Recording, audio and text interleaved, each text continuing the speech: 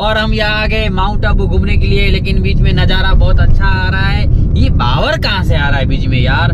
Photo निकालने के लिए मैं राजस्थान सरकार से नम्र अपील करता हूँ कि ये बावर सब निकाल दो। यहाँ टूरिस्ट घूमने के लिए आते हैं और ये घूमने के लिए आएंगे तो फोटो सब खींचेंगे।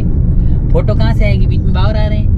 तो मेरी बात आप समझ रहे होंगे कि जो आदमी घूमने के लिए आ रहा है उसे घूमने के लिए टूरिस्ट एरिया को साफ सुथरा रखना चाहिए। स्वच्छ भारत की हम बात करते हैं, लेकिन स्वच्छता कहीं दिख नहीं रही है। तो हम फिलहाल आ गए हैं 4 जने माउंट आबू घूमने के लिए। जैसे बावर खत्म हो जाएंगे मैं आपको यहाँ का व्यू दिखाऊंगा। फिलहाल हम यहाँ पे हमारी बात खत्म करते हैं। असां पुजी आया आहियूं माउंट आबू 4 ॼणा। हिकिड़ो भरत है, हिकिड़ो रमेश भाई है, हिकिड़ो महेंद्र भाई है। ई नेरियो आई नज़ारो नेरियो बोरो मस्त लगे तो माउंट आबू है। नेरी गणो त ई असांजो ब्लॉग पूरो थी तो हिते।